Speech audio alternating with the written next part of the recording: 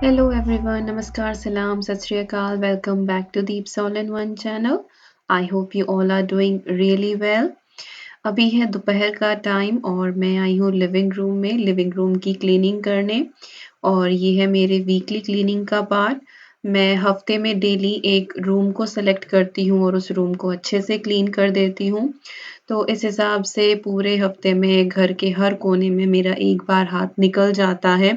तो घर ना तो इतना गंदा होता है और ना ही आपको बहुत ज़्यादा मेहनत करने की ज़रूरत पड़ती है कि आपको पूरे महीने में बहुत ज़्यादा धूल हो गई है सब क्लीन करें।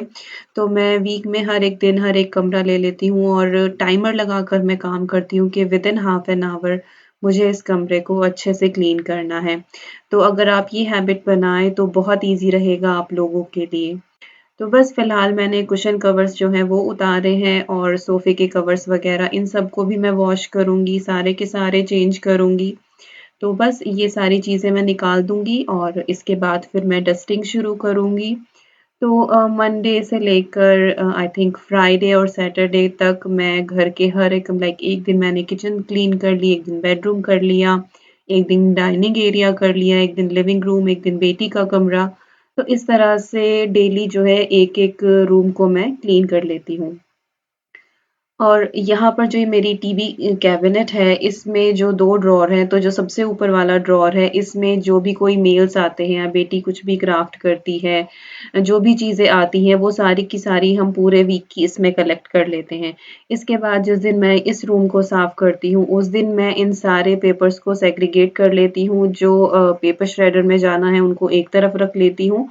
तो इससे क्या होता है फिर इनको मैं सेग्रीगेट करके अलग-अलग फ़ाइल्स में रख देती हूँ। तो जो ऊपर वाला ड्रॉवर है मेरा वो क्लीन हो चुका है और जितने भी पेपर्स हैं वो मैंने अलग-अलग सेग्रीगेट कर लिए हैं। नीचे वाले ड्रॉवर में यहाँ पर 3 फ़ाइल्स हैं, एक मेरी, एक बेटी की और एक हस्बैंड की और 1-2 फ़ाइल्स जो हैं वो कूपन्स वग़ैरह की हैं, कुछ प्रिस्क्रिप्शंस की हैं। तो बस जो भी पेपर्स मैंने सेग्रीगेट किए थे वो मैं उनकी कॉरेस्पॉन्डिंग फ़ाइल्स में लगा दूँगी। और फिर महीने में एक बार हम इन सारे डॉक्यूमेंट्स को एक बार और चेक कर लेते हैं, जो रखने हैं उनको हम रख लेते हैं, बाकी फिर हम पेपर श्रेडर में डाल देते हैं। तो इस तरह से घर के जो पेपर्स हैं वो सेग्रीगेट रहते हैं और मैनेज रहते हैं। इसके बाद जो सबसे ज़्यादा टफ़ काम आता है वो है बेटी का एक क्राफ्ट का बॉक्स। ये बॉक्स है उसका, तो इसमें कुछ उसकी ड्राइंग की बुक्स रहती हैं, कुछ उसके कलर्स वग़ैरह रहते हैं और आई कांट टेल यू कि कितना ज़्यादा तामझाम वो इसमें इकट्ठा करके रखती है। तो अगर वीक में इसको एक बार क्लीन ना करें तो इतना ज़्यादा जंक इकट्ठा हो जाता है कि फिर वो समेटे में नहीं आता है। तो बस यहाँ पर जो ड्राइंग बुक वो कंप्लीट कर चुकी है वो मैं निकाल रही हूँ और जो ऑलरेडी पहले से जिनमें बची हुई हैं शीट्स उनको मैं रख दूँगी और जो चीज़ें श्रेडर में जानी है वो मैं अलग कर लूँगी। तो बस एक तरह से इसको टाइडी करना होता है और जो बहुत ज़रूरी है अदरवाइज़ फिर आप एक साथ लेकर बैठे तो चीज़ें क्लीन करना बहुत मुश्किल हो जाता है।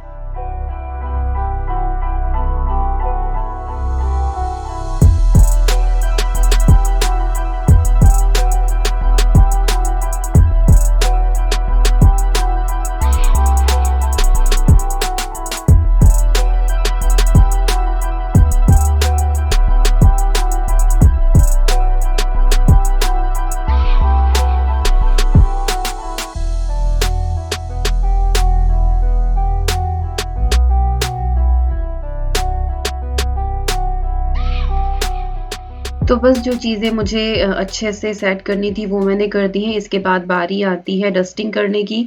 तो जो मेरी 2 कॉर्नर यूनिट्स हैं, एक इस कोने में और एक दूसरे कॉर्नर में, तो इनको मैं अच्छे से सामान सारा निकाल कर सारे सामान की डस्टिंग करूँगी और ऊपर से मैं हमेशा डस्टिंग करनी शुरू करती हूँ और सामानों को पोंछ कर जो शेल्फ्स हैं उनको अच्छे से क्लीन करके वो मैं रखती जाती हूँ और एंटी बैक्टीरियल वाइप्स जो हैं वो मैं यूज़ करती हूँ। आप मोस्टली मेरी क्लीनिंग वीडियोज़ में देखते ही हैं कि मैं उनको यूज़ करती हूँ।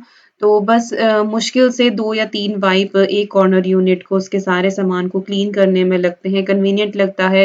ये नहीं कि आप कपड़े से साफ करें, स्प्रे करें और फिर उन कपड़ों को धुलें, तो लॉन्ड्री में भी लग टाइम भी लगता है, सर्फ भी लगता है, सारी चीज़ें हैं, बिजली भी खर्च होती है। तो जो ये वाइप्स होते हैं ये मैं यूज़ करती हूँ और मुश्किल से 2 या 3 लगते हैं, तो ये काफ़ी इको फ्रेंडली हैं और बजट फ्रेंडली भी हैं। तो जितना भी सामान है रूम का वो मैं अच्छे से सारा का सारा क्लीन कर दूँगी।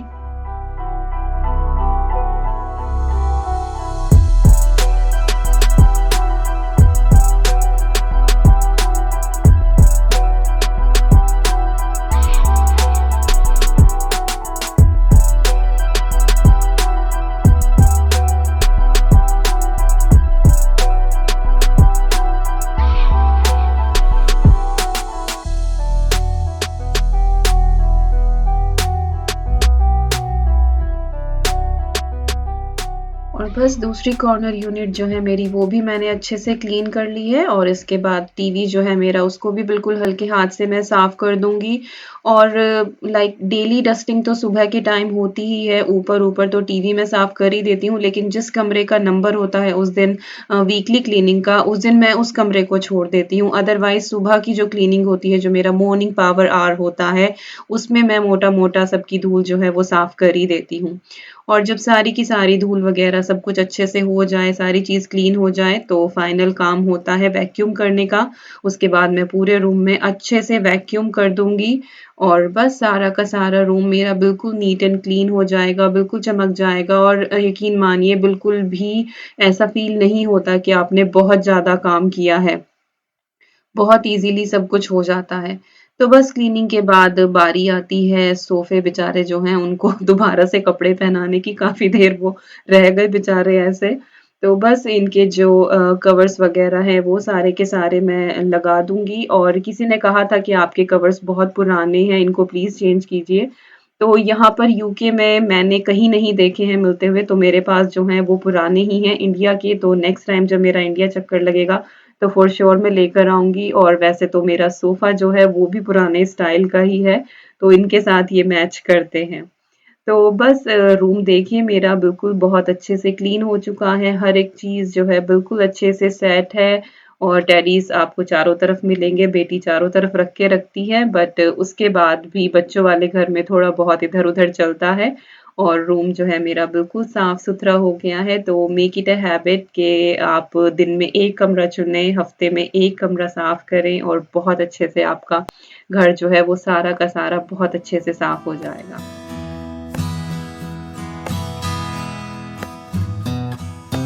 और बस अब चलते हैं किचन की तरफ। तो यहाँ पर थोड़ी-सी तैयारी मैंने नहाने के बाद आकर कर दी थी, तो मैंने प्याज़, टमाटर वो काट कर रख दिए थे।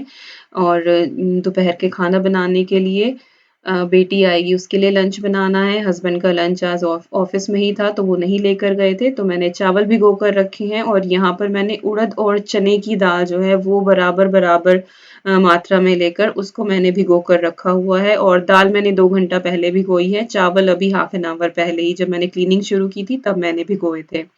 तो बस ये सारा काम करना है मुझे, खाना बनाना है। इससे पहले मैं आपको दिखा देती हूँ कुछ चीज़ें जो कि मुझे न्यू ईयर के अराउंड शीन की तरफ से आई थी as a new year gift. और क्योंकि मैं बीमार थी उस टाइम पर तो मैं शूट नहीं कर पाई थी। तो आज मैं आप लोगों के साथ शेयर कर रही हूँ कि क्या मुझे वहाँ से मिला है। और इन सारे आइटम्स के लिंक जो हैं वो डिस्क्रिप्शन बॉक्स में हैं। तो आपको अगर चाहिए तो आप ले सकते हैं और आप लोगों के लिए डिस्काउंट कोड भी है। तो सबसे पहला जो आइटम मैंने इस बार रिसीव किया है वो है ये नाइट सूट, और ये है मेरी बेटी के लिए। बहुत अच्छा है। कुछ-कुछ सैटिन की जैसी इसकी फ़ील है और एम्ब्रॉयडरी है इसकी बाजुओं पर। और कपड़ा इसका बहुत सॉफ्ट है। सिर्फ़ एक ही चीज़ मुझे लगी है कि जो इसकी इलास्टिक है पजामा की, वो थोड़ी-सी टाइट है बच्चे के हिसाब से। अदरवाइज़ इसका जो मटीरियल है वो सारा का सारा बहुत अच्छा है, तो मैं सोच रही हूँ कि शायद मैं इसकी इलास्टिक निकाल कर उसमें नाला डाल दूँगी, लेकिन उसके लिए थोड़ी-सी प्रॉब्लम रहेगी बंद करने में। तो अभी मैं इसको वॉश करके देखूँगी कि अगर वॉश करने के बाद इलास्टिक थोड़ी ढीली होती है तो। अदरवाइज़ बहुत अच्छा है। दूसरी चीज़ जो मैंने ली है वो है ये जैकेट, ये ट्रिपल कलर में है और बहुत शाइनी है, मेरी बेटी को बहुत-बहुत पसंद आई है ये। थोड़ी-सी लूज़ है लेकिन मैंने इसी हिसाब से ली थी कि अगले साल भी उसके लिए काम आ जाए ये, क्योंकि जैकेट्स वग़ैरह जो हैं, ऐसा तो नहीं है कि हर 2 महीने बाद आप इनको खरीदें। और बिल्कुल डिस्को स्टाइल की है ये और बहुत अच्छी लगती है। और जो इसकी हुडी है उसके अंदर ये इस तरह से फर लगा हुआ है, तो सिर पर भी बहुत कंफर्टेबल लगती है, ख़ारिश वग़ैरह नहीं होती है और काफ़ी बड़ा साइज़ है हुडी का। तो it is really good one, आप अपने बच्चों के लिए खरीद सकते हैं। इसके बाद जो अगला आइटम है वो है ये टॉप। इसमें ऊपर की तरफ लेस लगी हुई है चारों तरफ। और इसकी बाजुओं में भी लेस है और लेस जो है वो बहुत सॉफ्ट है, बहुत ही प्यारा सा फ्लावरी जो है इसका कट बना हुआ है और बहुत ही सुंदर ये लगता है पहनने के बाद। आप इसको ब्लू कलर की टाइट्स के साथ, ब्लू कलर की जीन्स के साथ या रिप्ड जीन्स के साथ जिसमें व्हाइट कलर के थ्रेड निकले हुए हों, उसके साथ ये बहुत अच्छा लगेगा। और जो इसका टॉप है ये एक तरफ से राउंड है और एक तरफ से इसमें कट निकला हुआ है। इसके बाद जो अगला आइटम है वो है ये नाइट सूट की कैटेगरी में है, लेकिन इसको आप 2 तरह से पहन सकते हैं। तो एक तो ये टॉप है इसमें, तो इसको आप simple as a like short kurti किसी भी जीन्स वगैरह के ऊपर आप पहन सकते हैं। और इसका जो बॉटम है वो है बहुत वाइड प्लाज़ो, तो इसके ऊपर आप रेड कलर की कोई कुर्ती पहन सकते हैं, कोई लॉन्ग कुर्ता पहन सकते हैं। तो ये एज़ अ नाइट ड्रेस भी होगा और इसको आप मिक्स एंड मैच करके इसकी अलग से ड्रेसेस भी बना सकते हैं, दूसरे कुर्ते या दूसरी जीन्स वगैरह इसके ऊपर पहनकर। और कपड़ा इसका बहुत सॉफ्ट है। I really liked this piece, और अगर आप इसको एज़ अ वन पीस भी पहने तो भी ये बहुत अच्छा लगता है।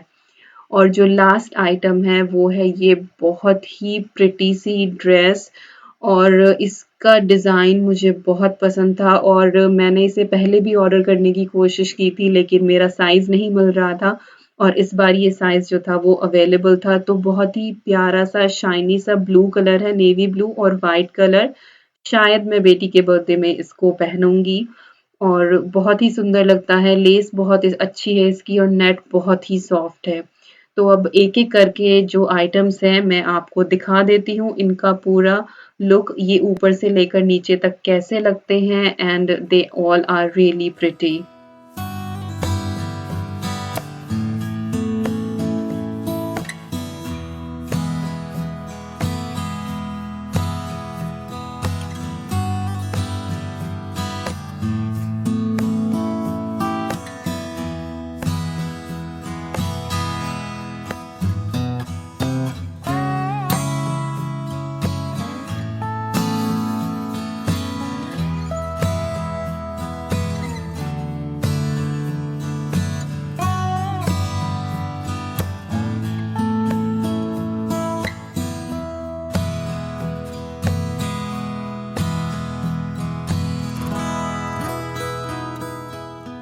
तो बस ये थे सारे के सारे आइटम्स जो मुझे शीन से मिले हैं। Make sure you check the description box for all the items and for your discount code.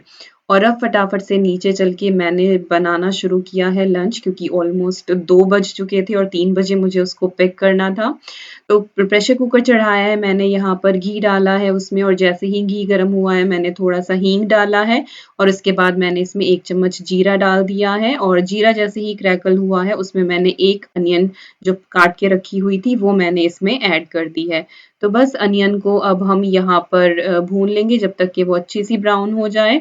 और उधर चावल जो है मेरे वो भी मैंने चढ़ा दिए हैं, केटल में पानी बॉयल किया है और चावल रख दिए हैं, तो साथ-साथ मेरे चावल भी पक जाएँगे। और इधर अनियन जो है वो मेरी भुनने लग रही है। फिर मैंने इसमें 1 चम्मच कोरिएंडर पाउडर डाला है और 1 चम्मच मैंने इसमें हल्दी डाली है। तो नॉर्मली यही रेसिपी होती है दाल की मेरे घर में बनने की।